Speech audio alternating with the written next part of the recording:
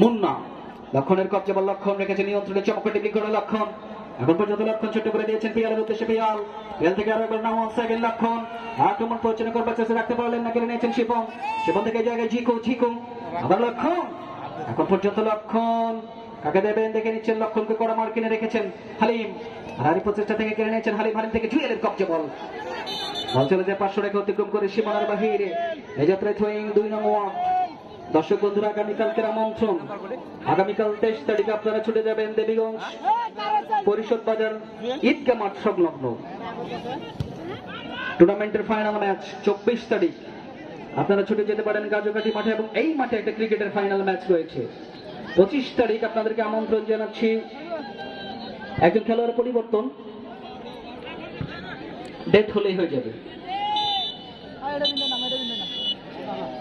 অসংখ্য ধন্যবাদ জানাচ্ছি 4 নং ওয়ার্ড বিএনপি তাদের আয়োজনে আজকের এই বর্ণাঢ্য ফাইনাল ম্যাচটি কিন্তু আপনারা উপভোগ করছেন।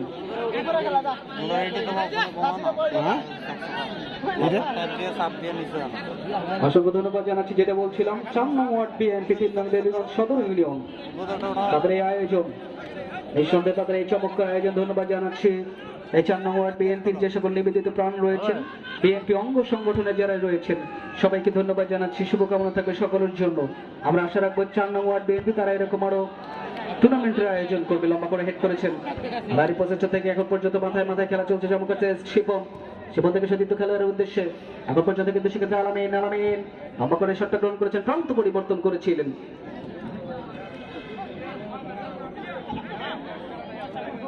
ইতিমধ্যে কিন্তু আয়োজক তারা কিন্তু জানিয়েছেন যে আসলে তারা আগে থেকেই বুঝেছেন তাদের এই ফাইনাল ম্যাচটা একাধিক তারকা খেলোয়াড় নিয়ে আসবেন। এজন্যই তাদের নববাংলা মাঠ একটু ছোট হবার কারণে তারা কিন্তু আপনাদের এই মাঠটিতে আজকের ফাইনাল ম্যাচটি আয়োজন করেছেন। ধন্যবাদ জানাচ্ছি, শুভকামনা থাকবে তাদের জন্য। আরো একবার বন্ধকের লড়াই থেকে অবৈধ ট্যাকেল হয়ে গেল, অবৈধ ট্যাকেল জনিত কারণে ফ্রি কিক।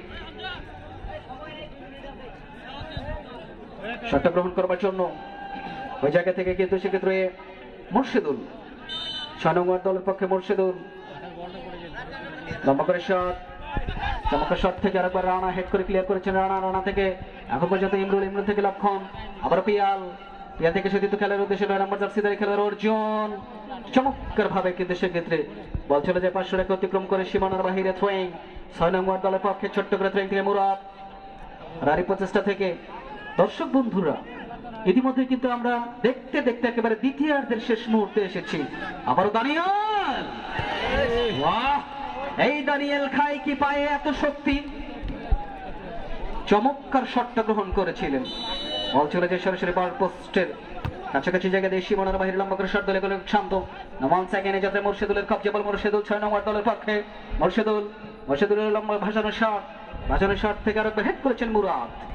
এখন পর্যন্ত সালাউদ্দিন আরফানের কবজা বল, Salauddin Arfan 2 minute added time.